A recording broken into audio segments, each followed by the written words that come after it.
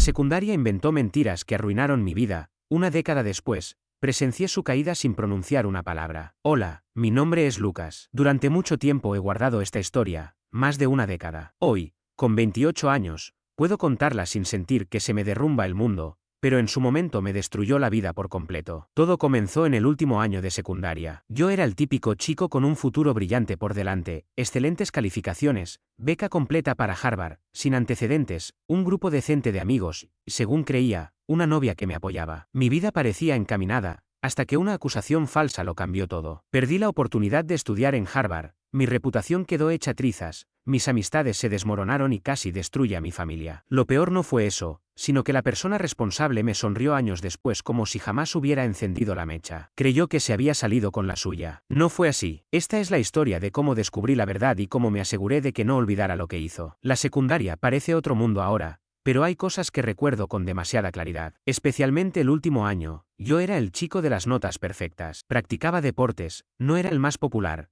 pero me invitaban a casi todo. Mis padres me inculcaron la idea de ir a la universidad desde que estaba en la secundaria básica, así que Harvard no era un sueño, era la meta. Cuando recibí la carta de aceptación, no lo creí. Todos estaban felices por mí, menos ella. Su nombre era Sophie, tenía mi edad y nos conocíamos desde niños, aunque solo nos acercamos en el último año. Era extrovertida, segura, le encantaba ser el centro de atención. No era tonta, de hecho, era lista cuando quería, pero nunca se exigía demasiado. Decía cosas como, yo no nací para vivir bajo tanta presión como tú. O, algunos vivimos en el mundo real. Pensaba que era autocrítica. Después entendí que solo era una excusa para no esforzarse. Empezamos a salir en octubre, sin planearlo. Se sentaba junto a mí en química y un día bromeó con lo serio que lucía. Me reí y eso la sorprendió. Poco después, empezó a enviarme mensajes durante la clase, a coquetear sin parar. Yo no tenía interés en nadie, así que seguí el juego. Fue sencillo, cómodo. Con el tiempo me di cuenta de que me veía como un trofeo. Al principio todo era divertido, me dejaba notas en la taquilla, me llevaba snacks, las típicas tonterías adolescentes. Pero cuando llegaron las cartas de aceptación, algo cambió. Cuando le conté que me habían aceptado en Harvard, su primera respuesta no fue felicidades o estoy orgullosa de ti. Fue, ¿entonces solo te vas a ir y olvidarte de todos? Me reí e intenté tranquilizarla, explicándole que aún teníamos meses por delante. Fingió sonreír, pero fue la sonrisa más falsa que he visto. Desde ese momento, todo empezó a deteriorarse. Se volvió controladora. Si estudiaba en lugar de llamarla, se ponía pasivo-agresiva. Si salía con mis amigos, me inundaba el teléfono de mensajes o aparecía de la nada para ver qué hacía. Siempre terminaba diciendo, ya no te importa nada conmigo. Era agotador. Mis amigos lo notaban. Nunca lo dijeron directo, pero se les veía en la cara. Una noche, después de salir, Daniel, mi mejor amigo, me dijo, hermano, Sophie tiene garras. ¿Seguro que no intenta atarte? Me puse a la defensiva y le pedí que no opinara, pero en el fondo yo también lo sentía. El punto de quiebre fue en la fiesta de graduación, una de esas típicas reuniones en una casa junto al lago, fogata, música mala, comida barata. Sophie dijo que no iría porque no estaba de humor, lo que en su idioma significaba estoy molesta, pero no diré por qué. No insistí. Esa noche todo fue tranquilo. Me quedé con mi grupo de siempre, Daniel, Adrián y Mateo. Charlamos sobre la universidad, el futuro, lo que se venía. Nada fuera de lo normal. Pero al día siguiente, mi mundo se vino abajo. Me desperté con decenas de llamadas perdidas de Sophie y mensajes por todas partes. En redes sociales, la gente hablaba de una chica, una estudiante más joven, que aseguraba haber sido agredida en la fiesta. Dijo que la drogaron, que no recordaba quién fue, solo que era alguien popular y de un grupo cerrado. Esa descripción encajaba con cualquiera de nosotros. Al principio no le di importancia. Yo ni siquiera estuve cerca de esa chica. Pero 24 horas después, la policía apareció en mi casa. Alguien había dado un aviso anónimo con nuestros nombres, el mío, el de Daniel, Adrián y Mateo. Sin pruebas, sin detalles, solo la acusación. Eso bastó para abrir un caso. Nos llevaron a interrogatorio. Confiscaron nuestros teléfonos, nos exigieron contraseñas. Yo me negué, así que consiguieron una orden judicial. Revisaron todo, mensajes, fotos, memes, conversaciones de hace meses. Y claro, no encontraron nada, porque no había nada. Pero cuando tu nombre aparece en algo así, dejas de ser una persona y te conviertes en un titular esperando suceder. Mis padres estaban devastados. Mi madre no paraba de llorar. Mi padre caminaba de un lado a otro, furioso y perdido. Yo repetía que no había hecho nada, que no tenía idea de qué hablaban, pero no importaba. En los ojos de los investigadores ya éramos culpables y solo buscaban encajar las piezas para confirmarlo. Sophie apareció una vez durante todo eso. Lloró un poco, dijo que me creía y que siempre estaría conmigo. Se sintió falso, como si actuara para una cámara imaginaria. Días después, desapareció. Nada de llamadas, nada de mensajes. Hasta que, una noche, recibí un texto frío, copiado y pegado. No puedo con esta presión. Necesito alejarme. Fue un golpe bajo, pero no tuve tiempo para sentirlo. Estaba en modo supervivencia, abogados, audiencias, estrés constante. La investigación duró meses. Nada me incriminaba, ni a mí ni a mis amigos. Pero el daño ya estaba hecho. En la escuela, aunque había terminado el curso, la gente hablaba. Algunos dejaron de seguirme en redes. Otros publicaban indirectas como: cree en las víctimas siempre. Todo muy casual. Yo no culpaba a la chica que denunció. Nunca supe quién era, pero alguien nos señaló con el dedo, y esa persona nos arruinó la vida por meses. Al principio pensé que pudo ser un padre sobreprotector o una amiga intentando ayudar, pero con el tiempo, esa pregunta se volvió un clavo en la cabeza. ¿Quién me odiaba tanto para hacer esto? Daniel contrató un abogado famoso de inmediato. El padre de Adrián, que tenía contactos en el gobierno, movió influencias. Mateo no soportó la presión y se alejó. No nos culpó, solo desapareció. El miedo hace eso, te consume. Intentaba mantenerme firme, pero cada noche me acostaba con el mismo pensamiento: ¿y si mañana me arrestan por algo que no hice? Esa idea me consumía. Llegó un punto en el que ya no quería salir de casa. Ni siquiera asistí a la orientación en Harvard. No podía concentrarme en nada que no fuera el caso. Y Sophie desapareció. Como dije antes, vino a verme una sola vez. Me dio un abrazo falso, se limpió unas lágrimas que ni siquiera existían y dijo que todavía le importaba. Después, se esfumó. Lo peor de todo fue que ni siquiera intentó desmentir los rumores. Estoy seguro de que los escuchó. Todos lo hicieron. Pero en lugar de defenderme, dejó que la gente asumiera lo peor. Incluso algunas de sus amigas publicaron indirectas en redes sociales, como si no fuéramos quienes aparentábamos ser. Mi madre lloró durante semanas. Mi padre estaba furioso, no solo con la policía, sino también conmigo. Me preguntaba constantemente por qué alguien me acusaría, como si yo tuviera control sobre eso. Sé que no lo hacía con mala intención, era miedo, pero esa presión me destrozaba. Llegué a cuestionarme si había hecho algo sin darme cuenta. Pensaba: ¿habré dicho alguna broma fuera de lugar que sonó terrible fuera de contexto? Cuando te sientes indefenso, buscas explicaciones donde sea. Después de 3 meses de puro infierno, encontraron algo, o mejor dicho, no encontraron nada. Sin huellas, sin drogas en el sistema de la chica, sin lesiones, sin coincidencia en la línea de tiempo, y lo más importante, ningún vínculo entre ella y yo. Resultó que sí le había pasado algo, pero no en la fiesta. Probablemente fue ese mismo día, tal vez con alguien completamente distinto. Ella se había desmayado y no recordaba. No había ni una sola prueba que me relacionara a mí ni a mis amigos. Al final, el caso simplemente se desvaneció en silencio. No hubo comunicado de prensa, ni uno de estas personas fueron acusadas injustamente. Nada, solo una carta ridícula de la fiscalía diciendo que no continuarían con los cargos por el momento. Eso fue todo. Un año completo de mi vida arruinado. Y ni siquiera aún lo sentimos. Nunca fui a Harvard. Ese fue el golpe más duro. Tenía la aceptación, el sueño, todo listo. Pero cuando el caso se prolongó hasta el verano, la universidad me envió un correo. Decía algo sobre conducta bajo investigación y que se reservaban el derecho de revocar la admisión si había dudas sobre el carácter del estudiante. Básicamente, no querían manchar su imagen con un posible escándalo, aunque no me hubieran acusado formalmente. Sin juicio, sin pruebas, solo sospechas. Me quitaron el lugar antes de que empezaran las clases. Así, sin más. Años de esfuerzo tirados a la basura porque alguien mencionó mi nombre en la llamada equivocada. Terminé en una universidad local que ni siquiera había visitado, una de esas donde lo único decente es la conexión wifi. No tuve dormitorio, no hice amigos, ni ganas tenía. Pasé el primer año viajando desde casa, con la cabeza agachada. Nadie me conocía allí, lo cual fue un alivio. Aún así, cargaba un peso invisible. Sentía que en cualquier momento alguien reconocería mi cara por algún hilo de Reddit o una publicación vieja en Facebook. Dejé de ser el tipo con el que la gente se reía. Dejé de ser el chico inteligente y divertido. Me convertí en una versión silenciosa y cerrada de mí mismo. Estudiaba como si mi vida dependiera de ello, porque en cierto modo así era. Era lo único de mi futuro que podía salvar. Sí, probé con terapia. Mi madre prácticamente me obligó. Me sentaba frente a un tipo que repetía frases como: vamos a procesar esto, amigo. Yo no necesitaba procesar nada. Necesitaba que el mundo admitiera que intentó destruirme sin motivo. Necesitaba que alguien dijera: esto jamás debió pasar. Pero eso nunca llegó. No hay cierre cuando la gente te ve como un depredador. Incluso cuando el caso se cierra y en el papel quedas limpio, esa mancha te persigue. Se mete en tu piel, en tu mente. Cada interacción se siente como una amenaza. Cada broma parece una trampa. Cada mirada, un juicio. Y lo peor ni siquiera fueron los policías o la universidad. Fue no saber quién hizo esa llamada. Reviví esa noche cientos de veces en mi cabeza. ¿Quién me vio? ¿Quién malinterpretó algo? ¿Quién me odiaba lo suficiente como para lanzarme al fuego? Llegué a desconfiar de mis propios amigos. Durante semanas miraba raro a Daniel. Incluso una vez lo acusé en medio de una discusión, pensando que me había traicionado para salvarse.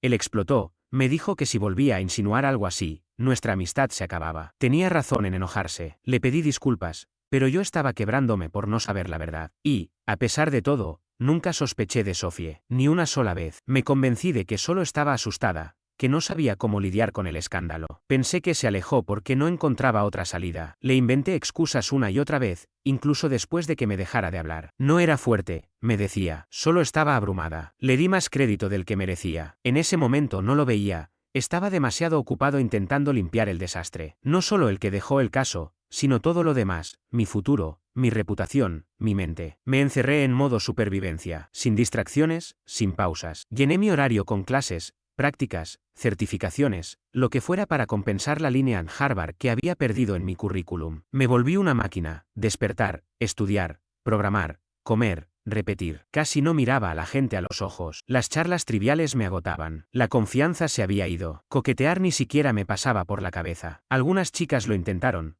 pocas, pero lo hicieron. Me decían cosas como, ¿eres tan misterioso o por qué siempre estás tan serio? Yo no quería que nadie me conociera de verdad. No quería que nadie se acercara lo suficiente como para descubrir lo que había pasado, de que me habían acusado, lo que perdí. Para el tercer año ya había terminado la carrera más rápido que la mayoría y estaba mirando hacia la facultad de Derecho. No porque quisiera defender inocentes ni pelear por la justicia como en las series de televisión. No, lo hacía por control, por poder. Quería conocer el sistema desde adentro para que, si alguna vez algo así volvía a ocurrir, estuviera preparado. Y la verdad, se me dio bien, muy bien. Desarrollé una frialdad quirúrgica con las personas, como si pudiera ver a través de ellas en 5 minutos. Aprendí a detectar mentiras solo con el lenguaje corporal. Siempre supe identificar cuando alguien ocultaba algo o fingía empatía. Nunca traté de disimularlo, al contrario, me apoyaba en ello. Dejaba que la gente pensara que yo era intimidante, porque eso los mantenía honestos. En medio de todo eso, en algún momento, dejé de sentir algo por Sofie, o al menos me repetía esa mentira. No revisaba sus redes sociales, no le enviaba mensajes, no me importaba si salía con alguien o si se había mudado al otro lado del país. Enterré todo, metí cada recuerdo en una caja imaginaria y eché concreto encima. Me convencí de que ella solo había sido un error adolescente, un romance escolar lleno de drama, nada más. Para mí,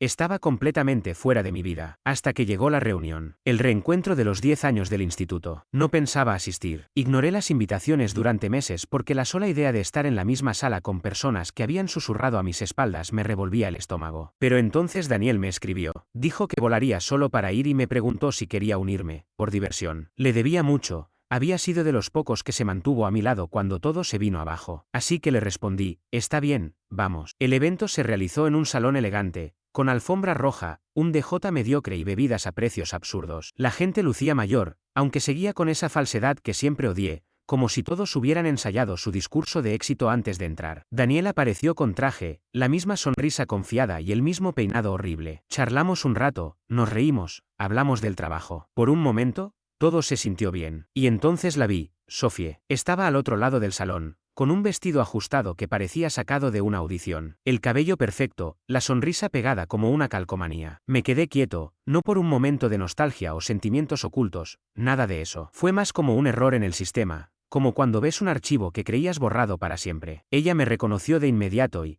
por supuesto, vino directo hacia mí, como si fuéramos viejos amigos. No puede ser. ¿Eres tú?, dijo, tocándome el brazo con familiaridad. Sí, respondí, con voz plana y sin sonreír. ¿Te ves? Wow, realmente te recuperaste, ¿eh? Añadió con una sonrisa torcida. Esa frase me golpeó. ¿Te recuperaste? ¿Recuperarme de qué? No dijo, me alegra que estés bien. No dijo, lamento todo lo que pasó. Solo, te recuperaste, como si mi vida destruida hubiera sido un simple tropiezo, algo menor, como un esguince. Siguió hablando. Me contó que trabajaba en una organización sin fines de lucro, que practicaba meditación y energías sanadoras, lo que sea que eso signifique, y que siempre había creído en mi inocencia. Yo solo asentía, observaba sus movimientos, cómo se tocaba el collar una y otra vez, como sus miradas parecían demasiado largas. Luego preguntó si quería tomar un café algún día, para ponernos al día. Le dije, quizá, sin compromiso. Cuando se fue, Daniel me miró. ¿Estás bien? Sí, respondí. Solo, raro ver fantasmas. Pero algo en esa conversación no me dejó tranquilo. Esa palabra, recuperaste, se repetía en mi mente. Su tono, su forma de mirarme como si quisiera medir cuánto recordaba. Esa noche, al llegar a casa, no pude dormir. Así que empecé a indagar. No porque tuviera pruebas ni porque estuviera seguro de algo, era solo una sensación, un destello en mi cabeza que gritaba que algo no cuadraba.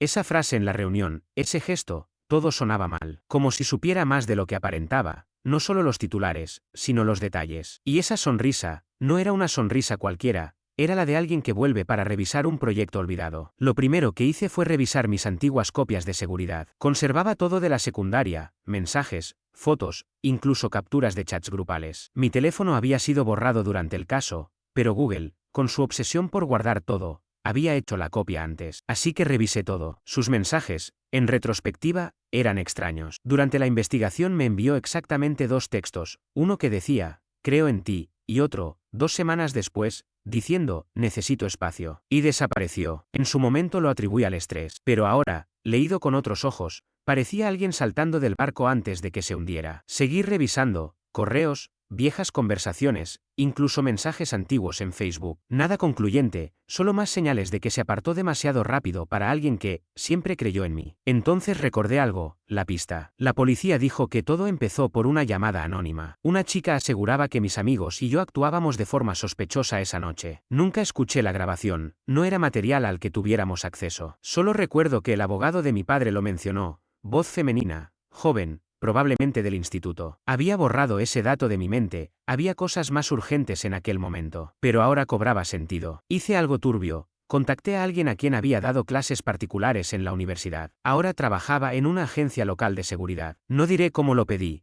pero si un tipo con conocimientos legales dice lo correcto, a veces consigues lo que buscas. Días después, recibí un archivo de audio en una carpeta protegida. Tuve suerte, el sistema aún conservaba la grabación original archivada bajo mi número de caso. Duraba apenas 20 segundos, pero fue suficiente. La voz sonaba amortiguada, como si tapara el teléfono con la mano. Dijo, había una chica en la fiesta. Parecía drogada. Creo que le hicieron algo. Vi a Lucas y a sus amigos actuando agresivos. No sé si ella está bien. Me golpeó como un tren. No por mencionar mi nombre, aunque eso me dejó helado. Fue por la voz. La conocía. La había escuchado miles de veces, en clase, al teléfono, en el coche, quejándose de su madre. No era parecida. Era Sophie, sin disfraz, sin acento, fingiendo preocupación. La reproduje 10 veces para asegurarme de que no estaba delirando. Pero no había dudas. Ella lo hizo. Ella encendió la mecha. Llamó a la policía, nos señaló, mintió y se sentó a ver cómo ardía mi vida. Y 10 años después tuvo el descaro de sonreírme como si fuéramos una historia romántica inconclusa. En la grabación parecía describir algo que vio, pero yo sabía que ni siquiera estuvo en esa fiesta. Seguramente dijo que escuchó algo o que vio fotos para darle peso. ¿Por qué? ¿Porque entré a Harvard y ella no? ¿Porque dejé de escribirle a todas horas mientras me preparaba para la orientación? ¿Eso fue suficiente para destruirme? Me sentía enfermo, con ganas de romper algo, pero incapaz de moverme. Cada recuerdo tenía ahora un sabor distinto, sus lágrimas frente a la comisaría, falsas, su mensaje de ruptura, calculado. No me abandonó. Me apuntó como objetivo. No dormí esa noche, solo me quedé en mi escritorio escuchando el audio una y otra vez. No lloré, no grité, solo procesé. Esa era la diferencia entre el hombre que era y el que soy. Antes me habría roto, habría suplicado explicaciones. Ahora, planeo. Y pensé en un plan que dejaría huella. Nada rápido, nada escandaloso. Lento, meticuloso, permanente. No iba a publicar el audio en redes ni gritar un «te atrapé», como en un drama adolescente. No, quería que lo sintiera, que viera su vida derrumbarse igual que hizo con la mía. Pero antes, tenía que acercarme. No demasiado, solo lo suficiente para que volviera a confiar en mí. Revisé la conversación que habíamos tenido meses atrás y decidí reabrirla con un mensaje sencillo. Oye, estuve pensando en ese café, ¿estás libre la próxima semana? Su respuesta no tardó ni 3 minutos. OMG, sí, me encantaría. Por supuesto que sí. Esta vez, ella sería la que tendría todo que perder. La clave no era llegar con ira, ni actuar impulsivamente. Eso sería lo que haría alguien ingenuo, gritarle, ponerle la grabación en la cara, exigir explicaciones, esperando que se derrumbara y confesara. Pero las personas como Sophie no funcionan así. Ella lo negaría todo, daría vueltas, intentaría manipular, incluso voltear la situación para hacerse la víctima. Era experta en eso. Si quería que cayera, debía hacerla sentir cómoda, segura, creer que todavía tenía el control. Así que volví a ser el tipo que recordaba, tranquilo, reservado, algo torpe, pero con la calidez justa para atraerla. Nos encontramos para ese café la semana siguiente y dejé que llevara la conversación. Me habló de yoga, de su trabajo en recursos humanos en una empresa de salud, y de un posible ascenso. Yo asentía, sonreía en los momentos adecuados, fingía interés. Cuando me preguntó qué había hecho todo este tiempo, le di la versión superficial. Terminé la carrera. Trabajo en investigación legal para una firma privada, nada del otro mundo. Omití lo esencial, que mi trabajo consiste en obtener información de gente como ella en cuestión de minutos. Que podía acceder a datos privados en menos de 10. Durante las semanas siguientes mantuve el contacto, lo justo para que pareciera natural, algún meme, un estoy por tu zona, tomamos un café. Ella empezó a responder más rápido, incluso a iniciar la conversación a veces. Mientras tanto, yo observaba y seguía tirando de los hilos. Primero lo básico, sus redes, perfiles públicos. LinkedIn fue un tesoro. Decía trabajar en una empresa mediana del sector bienestar, con cargos inflados como estrategia y liderazgo de equipos, como si fuera CEO de un hospital. Luego rastreé directorios internos, números de oficina, correos. Y después, lo serio, bases de datos, registros públicos. Encontré empleos que había maquillado en su currículum, títulos que nunca completó y una certificación inventada de una plataforma que ni siquiera existe ya. ¿Suficiente para arruinarla? No, necesitaba más. Entonces recordé algo del instituto, siempre presumía que manejaba los impuestos y facturas de su madre tras el divorcio, que tenía accesos, que incluso ayudó al padrastro con su crédito. Seguí el hilo, nada ilegal. Solo revisé registros judiciales y de propiedades. Encontré que su madre tenía varios embargos, uno pagado de golpe en un momento en que supuestamente no trabajaba. Raro. Tiré un poco más y hallé transferencias en línea vinculadas a una cuenta compartida donde Sofía figuraba como cotitular. Todo indicaba que había movido dinero sin que su madre lo supiera. No era gran robo,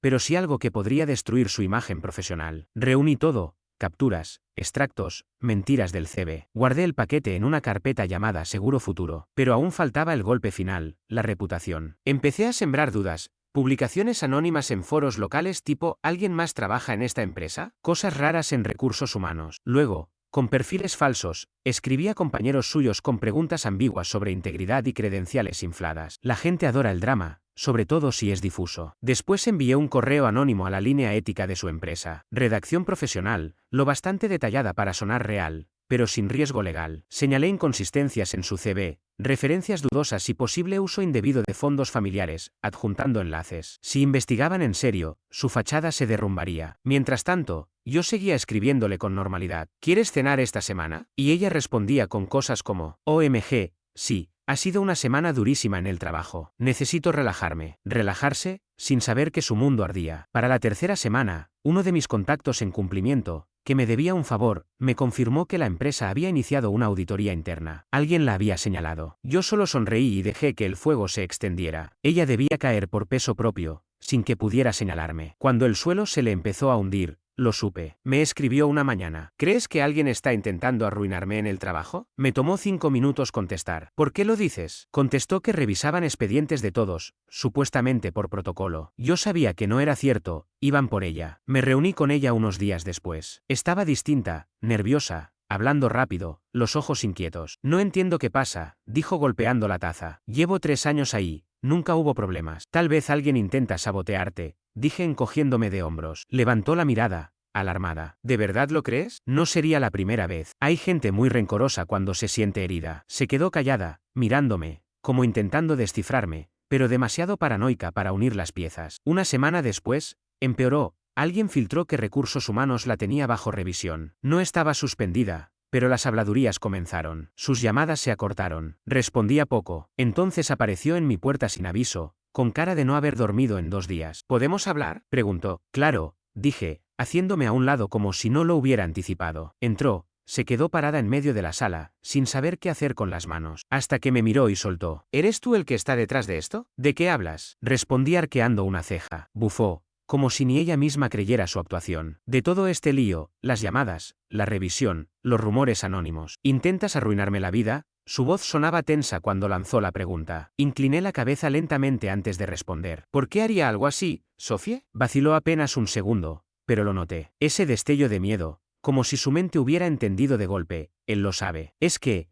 siento que alguien me está atacando, dijo fingiendo tristeza. Y tú eres la única persona con la que he hablado de forma constante. Me apoyé en la encimera, cruzando los brazos en silencio. La dejé retorcerse en su incomodidad antes de soltarlo. ¿Alguna vez pensaste que quizá esto no es sabotaje? Parpadeó, confundida. ¿Qué? Tal vez no sea alguien intentando destruirte. Tal vez es simplemente la vida equilibrando la balanza. Soltó una carcajada seca, incrédula. ¿De qué demonios estás hablando? Sin responderle, caminé hacia mi escritorio. Abrí un cajón, saqué un pequeño dispositivo y lo levanté para que lo viera. Tengo algo interesante aquí, murmuré. ¿Quieres escucharlo? No dijo nada. Pasé junto a ella, Conecté la memoria al sistema de sonido y presioné play. Entonces se escuchó su voz, grabada 10 años atrás, llamando a la policía, mencionando mi nombre, fingiendo preocupación. Esa llamada fue el inicio de la cadena de eventos que destruyó todo en mi vida. Ella se quedó inmóvil, ni un parpadeo, ni un movimiento. Parecía que su alma había abandonado el cuerpo. Dejé que la grabación se reprodujera por completo. Cuando terminó, me giré. No tienes que decir nada, le solté con calma. Solo quería que supieras que lo sé. Abrió la boca, la cerró, lo intentó de nuevo. Yo no quise. Basta, la corté. Mi voz bajó a un tono grave. Sabías lo que hacías. Querías castigarme por entrar a Harvard, por no ponerte en el centro de mi vida. Así que hiciste una llamada, dijiste lo justo para que sonara real, y luego desapareciste, viéndome caer en pedazos. Su rostro se torció como si fuera a llorar. No me importó. Arruinaste mi universidad, mi reputación, mis amistades, mi confianza. Me convertiste en un cascarón, y después seguiste tu vida como si nada. Era joven, murmuró, temblando. Era tonta y tenía celos. Guárdatelo, interrumpí otra vez. Tuviste 10 años para confesar. Y no lo hiciste. Ahora solo te importa porque te está alcanzando. Se dejó caer en la silla, como si las piernas ya no le respondieran. ¿Qué vas a hacer con esa grabación? La observé hasta que empezó a ponerse nerviosa de nuevo. Ya la envié. Mentí con frialdad. Recursos Humanos la tiene. El abogado de tu madre también. Cualquiera que necesitaba escucharla, ya lo hizo. Sus ojos se abrieron desmesuradamente.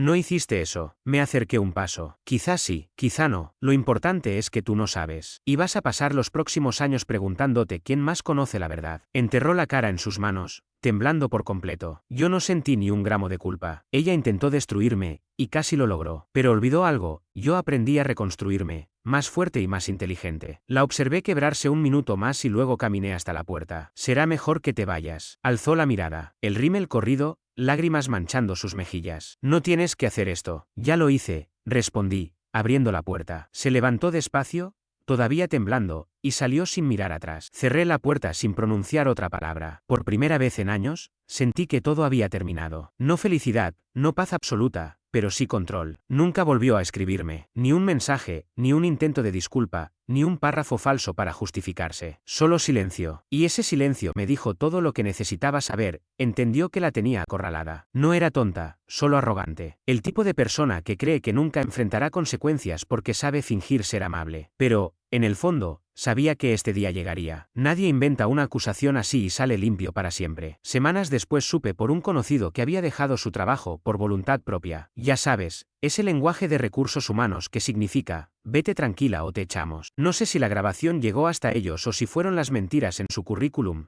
el dinero turbio o simplemente la presión. No importa. El punto es que su mundo se derrumbó, y yo no tuve que mover un dedo después de ese último empujón. Estuve pendiente un tiempo, solo para confirmar. Su perfil de LinkedIn desapareció. Sus amigos dejaron de etiquetarla. Incluso vi un tuit de alguien de la escuela que decía, Karma finalmente hizo su trabajo. Así que sí, la gente se dio cuenta. Yo seguí adelante, sin un renacer poético, solo, avanzando. Todavía hay noches malas. Todavía reviso 2 veces las cerraduras, sigo respaldando todo en 6 lugares distintos. Pero ya no vivo con miedo, solo preparado. Personas como Sofie no piensan a largo plazo. Juegan juegos mezquinos creyendo que nadie guarda pruebas. Yo las guardé todas, cada mensaje, cada audio, cada archivo. Y cuando llegó el momento, no exploté todo. Fui quirúrgico. Ella creó el desastre. Yo solo le entregué la escoba y me marché. A veces, la venganza no es un grito, es silencio, con una sonrisa. Y al final, no necesitaba su disculpa. Ya le había quitado lo único que valoraba. Eso es cierre, a mi manera.